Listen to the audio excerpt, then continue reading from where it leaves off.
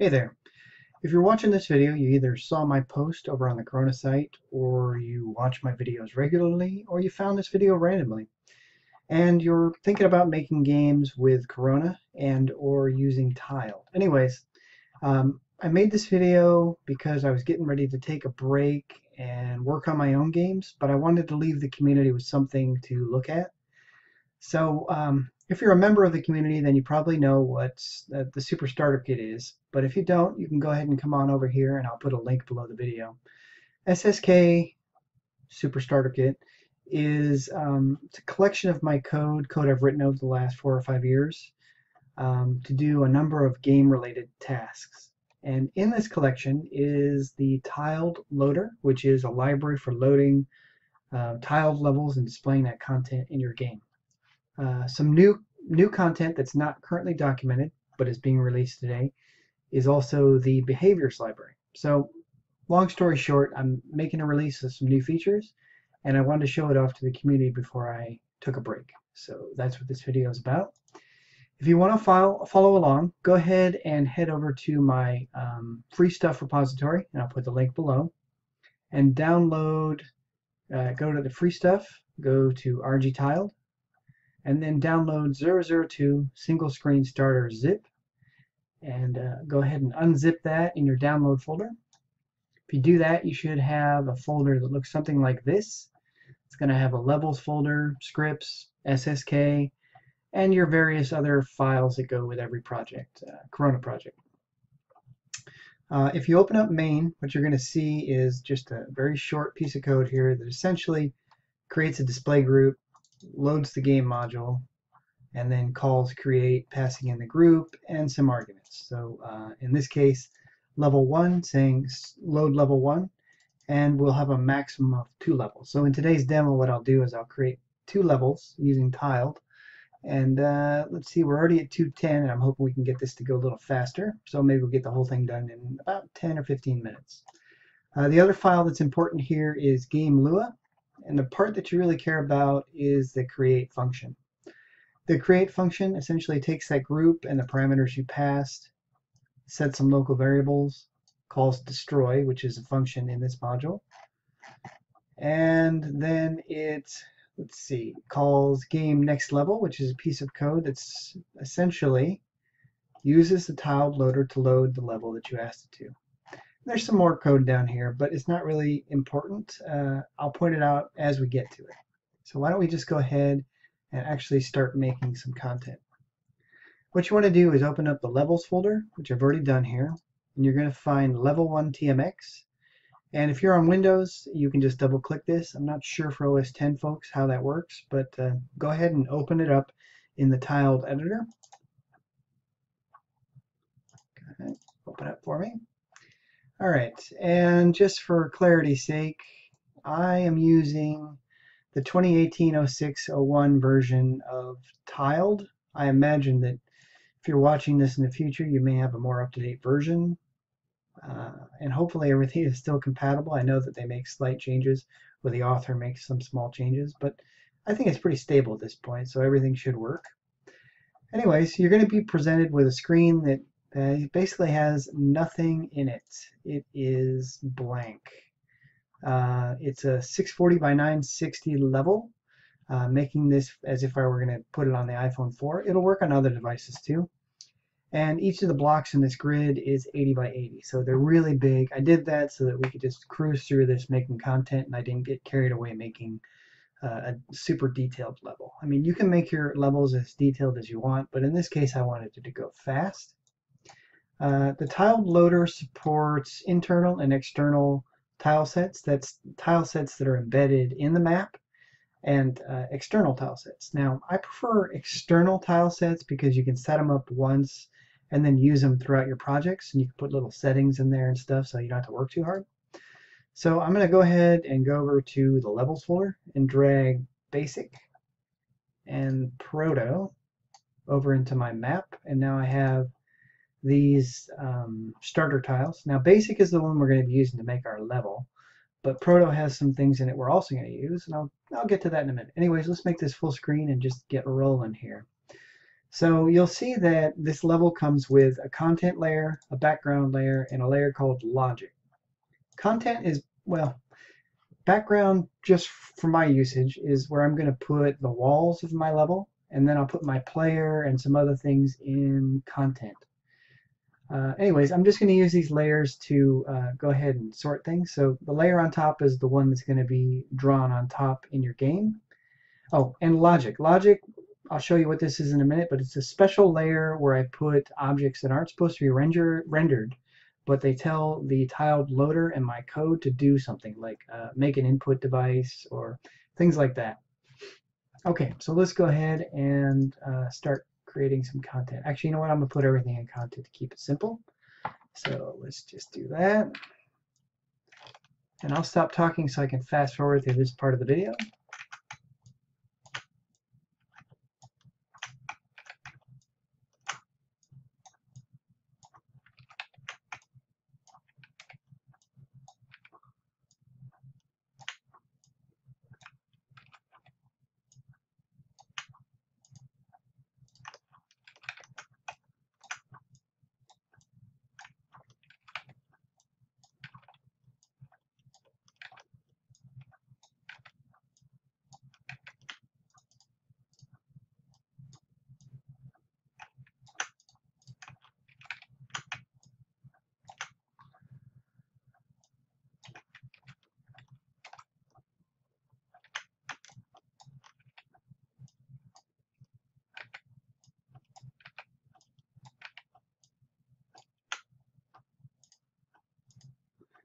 Okay, so we got a basic outline for our level. Let's go ahead and put a player character in there. This is our player character. And I'm going to place these things and I'm going to give you guys a quick tour of the tile set, which I should have done first, but let's go ahead and do this.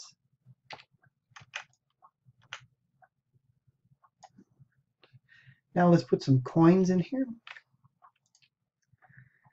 And we'll just put one coin in here to start, and then I'm going to make some changes to it, and then we'll duplicate it a few times. And the only other thing I want to do is put an exit in our level. So this little block here is what I'll use as our exit. And I'll just put it way down there in the corner. Okay, so what have we got so far? We got some blocks, we've got something that's supposed to be our character, and we've got one coin. Well, we've got an object that's supposed to be a coin. Let's take a look at the tile sets so you guys can see how I did this, and maybe things will make a little more sense. So let's go ahead and click on Edit Tile Set. All right, so in the editor here, we can click on any one of these objects. And if we look over here, we'll see that I've already set up some custom properties. So the tiled loader, like some of the other solutions out there, lets you set physics properties and other properties on here like bounce, friction. I have a flag called hasBody, which if set to true means give the object a body, a physics body. IsSensor. If you're familiar with Corona, then these things will sound familiar. If you're not, then go ahead and head over to the docs and read the documentation on physics bodies and the different parameters they can have. And any named parameter that you can use when creating a body and after creating a body can be placed in here. So like IsSensor, friction, I've already done that, bounce. Let's see, look at some other ones here. Radius, for example, body type, and so on and so forth. So the blocks, one thing I should mention is I decided when making the tiled loader, if you set it to have a body, if you set a block to have a body, but you don't specify the body type, the default in Corona is dynamic, but because people are going to be using this to make levels, I thought, most of the content in the level is generally going to be static. So by default, tiled loader will set the body to be static if you don't specify a body type. So just keep that in mind if you decide to use this. So the blocks, 0 bounce, 100% friction, has a body by default. It is not a sensor. The coin, kinematic body. I could have made that static. No bounce, no friction because it's not going to be moving. It has a body. It is a sensor so that it can be passed through. And I'm going to give it a radius of 20. And I'll talk about bodies a little bit more as far as the physics editor. Let's see what else. The only one we really care about at this point is the player and then the spikes. I'll take a look at those. So the player body type is dynamic, has a little bit of bounce, friction 0, has a body, and then the spikes has a body and that's it. But you'll notice if you take a look over here that the body doesn't look quite the same as the other ones. What I've done is I've gone ahead and loaded the editor, the tile collision editor, and then I added a polygon body to the spikes because this is the only part that I wanted to be collidable. I wanted the rest of this, basically I didn't want the character to hit something here on the corner and have that sort of like ugly artifact where the player would say, hey, I didn't hit the spikes and yet I got killed. So currently the Roman Gamer tiled loader supports both no body whatsoever. You just don't specify one and then it's just a rectangle. It supports polygons. It supports rectangles. Or you can set, as you saw for the coin, you can set a radius and then that tells the loader that it's supposed to have a circular body in the center and they give that body the radius that is specified here. Okay, so we're at 11 minutes. I know we're not going to get done in 15, but the point I'm trying to make by showing you this is that all of these properties, if you edit them in the tile map, the tile map, and then you use them in your level, they get applied automatically. You'll see that they're sort of grayed out, so that implies that I haven't changed it and it's giving it the default value. So on and so forth. So if I wanted to make like the radius a little bit different, I could make it 25, and that would give it a larger radius. But by default, it was 20, so we'll just leave it at that. Okay, so I'm going to go ahead and save this, and then I'm going to export it, and then let's go ahead and run Corona, and just see what the loader brings up for us. So it's one thing you want to make sure in Windows is you get the right folder when you're exporting. So let's do export as and level 1 Lua. Okay, I'm going to minimize that. I'm going to bring Corona over here. Hopefully this works.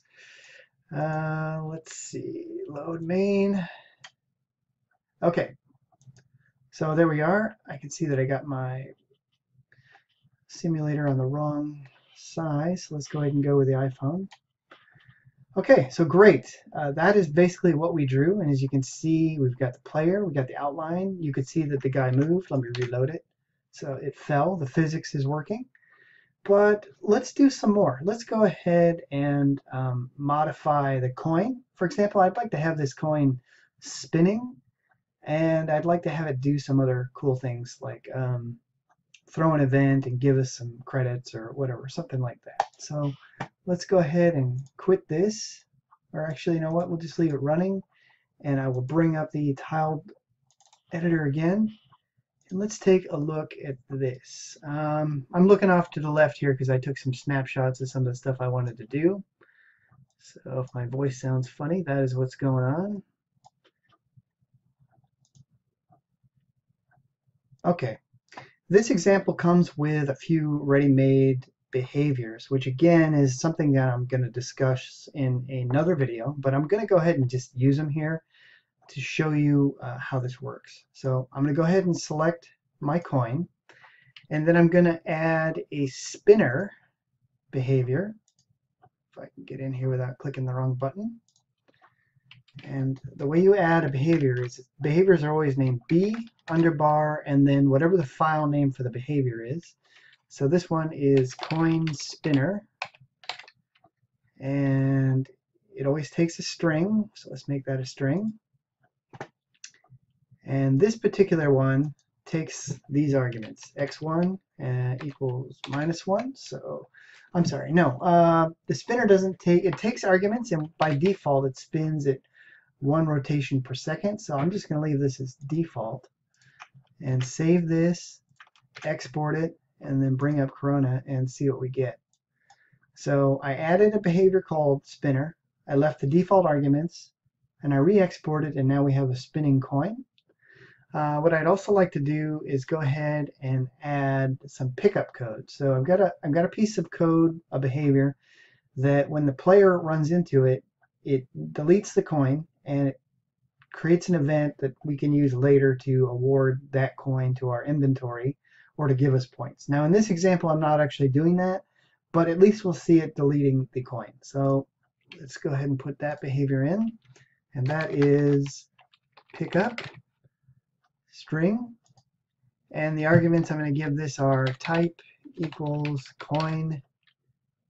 And if you type it on this line, you can just do it with this and then comma separate the arguments. Or if you like, you can open up the, I was going to say full screen, but the dialog box editor, and just do an argument on each line with no commas. And value equals 1. So what this is saying is when I hit it, it's going to say I picked up a coin and I got 1. So if you had like a special object that was worth 3 coins, then you would say 3. Or for example, let's say you hit an object and that took away a coin, you'd make it -1. You know, whatever. So in this case, 1.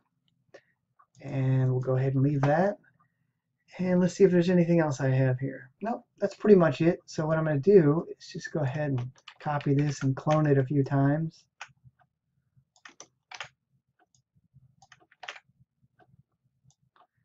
Just keep on putting that in here, and one more should do it. And I'm not going to be too careful, so things are going to be a little bit misaligned. So I haven't exported again, so let's go ahead and export. And you can't see me doing it, but I'm using the Control-E shortcut to export. And now we've got a number of spinning coins that when we hit them with our player, they'll get destroyed, they'll create an event, and that's it. We're not doing anything with the event at this point. But now we need to make our player move. So let's go ahead and do that. So first, to be able to make our player move, we need to add a behavior. So I'm going to go ahead and select the player, and I'm going to put a behavior on here called on event apply torque. So what this event does is it listens for some named event, which we'll specify. It can be anything you want it to be. And when that event occurs, it will cause the object to have a torque applied to it. So in this case, I'm going to need, I should have said that the player is going to move by rotating. It's going to rotate left or rotate right. And we're going to do that by applying torque. Now, one of the things that is kind of frustrating about tiled is you can only have a property on an object with the name once. So if I use just this name, then I can't add another behavior with this name. And the reason this is a problem is because I want to rotate left and right, but I want to use the same behavior twice, once to do the left and once to do the right. So bear with me. What I did is for the tiled loader, I added the ability to put an underbar and then anything you want. So it's B underbar, the name of the behavior, and then another underbar or underscore if you prefer. And we could call this one left. So this is the one that I will use to move left. And then I'm going to put another one on here, and it's going to be B on event apply torque right. So now I've got 2 behaviors, one for the left movement, one for the right movement, and they get applied twice. So what's going to happen is the loader will see that I put this little extra information left and right, and it'll just strip it off and look for the on event apply torque behavior and use that twice. So let's go ahead and put some arguments in here. And what we want to do is, if you're a SSK user, then you may have seen the 2-touch easy input. But if not, let me just go ahead and show it to you briefly. One of the things that I put together in SSK was what I call the easy inputs, because I do a lot of game prototypes and I don't like making interfaces when I'm just trying things out. And if you've ever noticed, a lot of the hyper casual games are like 1-touch, or they have touch one side of the screen, touch the right side of the screen, you know, two touches, touch the left, touch the right, and that's it. Those are your inputs. So I created a bunch of what I call easy inputs, and they're 1-line pieces of code that will create an object that then will throw an event. It's sort of like creating a button, except there's no button. So we get the 1-touch, 2-touch, where it's split down the middle and you get left and right, 1-stick, which is a joystick, two stick, which is both sides of the screen have joysticks, and then the one stick, one touch. I know the names are kind of goofy, where one side is a joystick and the other side is a touch, and you can swap them. Now what we want to use in this one is the two touch. Basically, if I touch the left side of the screen, I want the ball to spin to the left, and if I touch the right, I want it to spin to the right. So by default, the two touch easy input throws an event called on two touch left or on two touch right. So let's go back to our behavior editor and set up the event that we're going to listen for. So for the left one, I want the event to be on two touch left.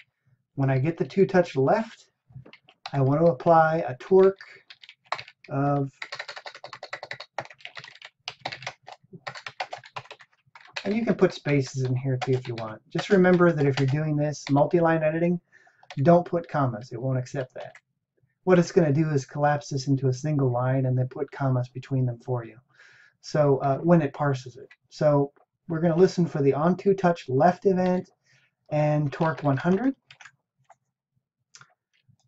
And then for the right, we're going to do the exact opposite. We're going to listen for the on two touch right event. And we're going to torque minus 100. I believe that is right. Oh, you know what? I got those backwards. 100 for the right and minus 100 for the left, of course. Okay, good. So that's half of what we need to do. But we also need to get that two-touch helper in there. So how do we do that? The way we do that is with our logic. So go ahead and click on the logic layer, and then you can head over to the proto tile set, and you'll see this one that's got like a little mouse, keyboard, and joystick. Just go ahead and drop that in here anywhere. And you're going to see that it's got some default arguments already set to go. Now by default, it creates the easy input one touch, but what we want is the two touch. So just change that to two touch, save it, export it, and don't load up the wrong window when you're demoing. And hopefully this works. Okay, did I not export? Oh, you know what I think I did? That's right, I didn't turn on the debug. So let's go ahead and turn on the debug features. So let's turn on debug, and keyboard enable is already on. So what keyboard enable is for is when you're in the simulator, sometimes for me, I don't like to have to click on the screen. So if it makes sense, I map keyboard inputs to the one touch. So for example, the one touch, or I'm sorry, the easy input. One touch would be, you can hit the up arrow, the W arrow, the W key, or the space, and all of those will trigger the one touch. And then for the two touch, it made sense to me that the A and the D, or the left and the right arrows, would trigger it. So by using keyboard enable, you can use the keyboards essentially and the right and left arrows to trigger it. And then debug, when we enable that, we get a little color feedback so you can see when something has happened. So when you click it, you can see that something happened. When you click it, you can see that something happened. Or if I use the keyboard. So we can see we got a problem here. Yes, when I click, it's applying torque, and our little guy is spinning like mad. But he is just sitting there doing nothing.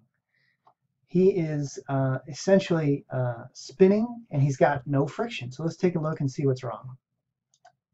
Whoops. Helps if you don't. I always do this with tile, and I leave the thing in edit mode. Okay, let's take a look at this guy, and friction set to 0. So let's make friction 1.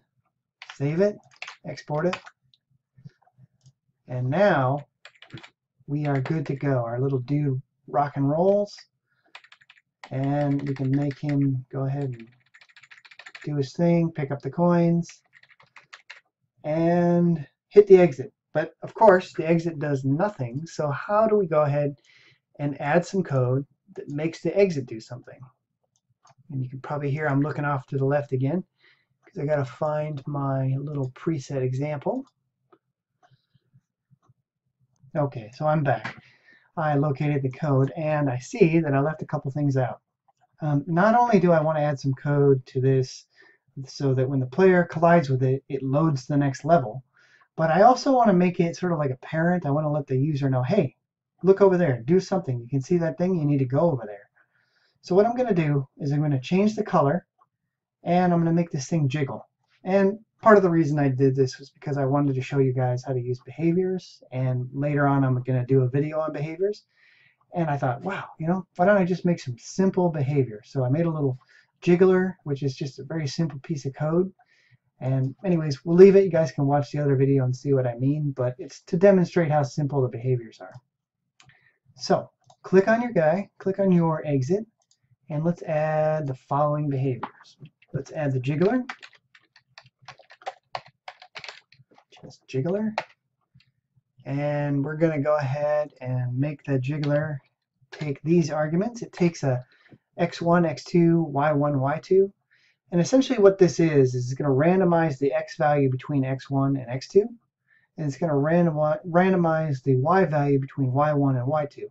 And it won't move it away from where it's at beyond that distance. So for example, if you're jiggling left and right by 2, at any one time it could be 2 pixels to the left of its original position or 2 pixels to the right. So let's go ahead and make this jiggle quite a lot so you can see it. So that'll be -2, comma, x2 equals 2, and y1 equals -2, and y2 equals 2. And let's go ahead and save that and export it. Okay, so now you can see that it's jiggling around. That'll get our attention. But I would like to change the color a little bit. So let's go ahead and add a color behavior. Now, I know that a color behavior is kind of simple, but again, it was to demonstrate the simplicity of writing these behaviors. So let's go ahead and add it, and it is fill color. Takes a string, and fill color can take a hex string. So let's go ahead and make a hex string with or without the pound sign. It doesn't matter. And it's color equals, and I'm going to make this 53 D5 FD, which if I remember right is a sort of bluish color. Hopefully. Could be green. We'll see. So it's a sort of bluish color. Okay, so it's kind of pleasant. With our debug code turned on, it looks a little bit ugly, but we'll turn that off in a second. And the only thing that we have left to do here is go ahead and add the behavior for telling our code to load the next level. So that's going to be B, and then on local event. So a local event is like a collision or pre-collision. A touch where the touch listener is actually on the object. Basically, these are, I always describe this wrong. These are non-runtime events. So a runtime event would be enter frame, or I can't think of any other ones right now, but local events and runtime events are different. So what we want to do is we want to listen for a collision. So I called this on local event, and we'll specify which local event that is in a minute. Post. So post in this context means dispatch an event. There is a runtime dispatch event feature in Corona where you can send a event to the simulator to the simulator, and that'll get passed on to any objects that are listening for that event. So on local event post, and then what we're going to do here is we're going to specify, I'm going to bring it up here, that the event we want it to listen for is a collision. And the phase that we care about is the began phase. Now you could leave this alone and it would get triggered for every phase. So for example, if you said phase equals all, or if you didn't specify it, then this would get triggered for every phase that is valid for that listener. But personally, in this case, I just want it to occur when the collision initially begins. So let's say phase equals began, again meaning only do this on the began phase. And then post or dispatch the event on level complete. So it's just an event that I made up, and my code will be listening for this, and that will mean load the next level. So let's go ahead and put that in there. and save it and export it. And let's go ahead and run it. Let's get our dude over here. Now, spoilers, it's not going to load the next level. Why is it not going to load the next level? Because we did not write the code yet. So let's go over to game.lua, and I will write the code quickly. Actually, I'm going to cut and copy it from my original example, but I'll talk you through it. So let's just do this, and then I'll paste it in here. And it goes in the create code. And what we're doing here is we're just making this function called onLevelComplete. And what it will do is we'll wait until the next frame. It'll increment the level to level +1. And if that level is greater than max levels, it'll go back to the first level. In other words, load level 1, 2, 3, 4 until you get to the end, and then go back to 1. And we specified that in main as level 1, and max levels is 2. And then what it will do is it will go ahead and just call next level, pass in the group, pass in the new level number, and draw the next level. So before I save this code and run it, what I need to do is go ahead and, why did that not? Okay, well, if I do this now and I get to that level, we've only got, if I get to that exit, we only have one level. So I'm going to go ahead and duplicate our current level and that'll give us some place to go to. So let me go ahead and do that. All right, so everything is in place. I'm going to save it one more time, and then I'm going to save as, and I'm going to call this level 2. So now I have 2 TMX files, and I'm going to go ahead and export this as level 2. All right, good. And let's close that. Okay, so now we have 2 levels. They look exactly the same, and we'll make a change in a minute. But now if we run this, it should, hopefully, if I didn't mess up.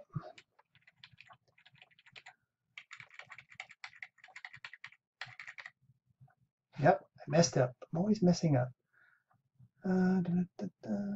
Oh, you know what? I'm editing the wrong darn file. So give me 1 second here. Okay, I was editing the right file, but I was editing it in a different location. I've got more than one copy of this file on my computer, and I was editing the wrong one. So let's go ahead and run it now, and I won't pick up all the coins. And we should get to the end here, and when we hit this, boom, it should load the next level. Now, of course, boring, both levels are the same. So why don't we edit our next level and put a little danger. We'll put some spikes in here that kill our player.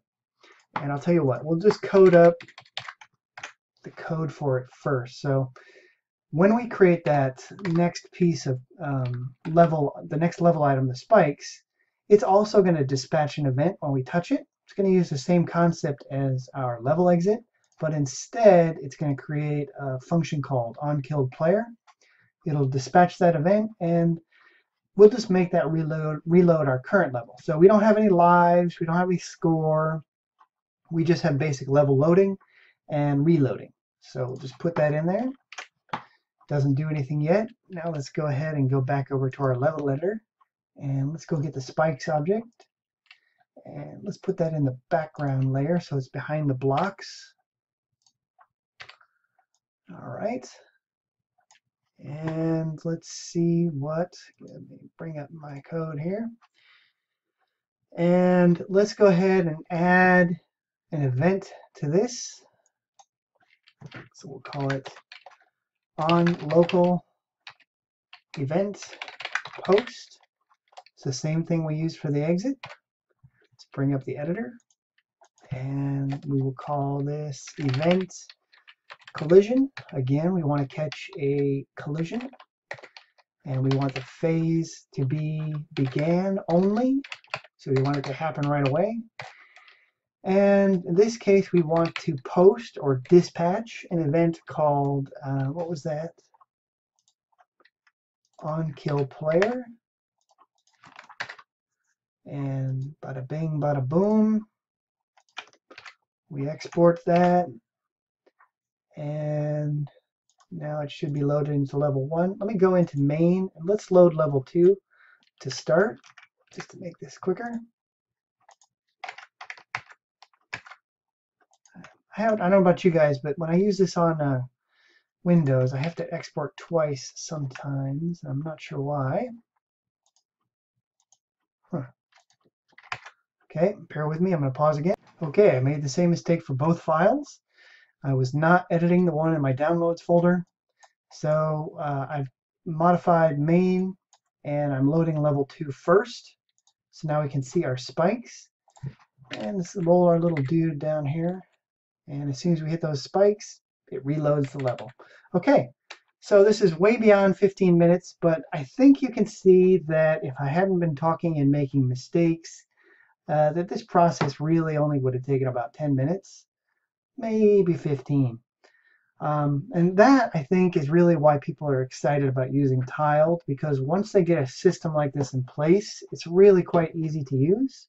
And you can really pump out some content quickly and try it out. So I would encourage you to give this a try. You know, use mine, use the 3 or 4 other solutions that are out there. Choose one that works for you and move on forward. You know, and the other thing you can do is you can pick and choose. For example, there are other solutions out there that have features that I don't have, and then they don't have the behaviors solution. So you can take my behaviors code and put it in their loaders, and all of these loaders are available on GitHub and other places like that, so you can get the code and mix and match. Basically do what you need to do to make your game as quickly as possible. So I hope you guys found this interesting, and if you're interested or curious, feel free to contact me in the forums. I'll put a link below this video for those of you who don't know what I'm talking about or you're not members of the Corona community yet. And go ahead and join us, and happy game making. Thanks a lot. Bye-bye.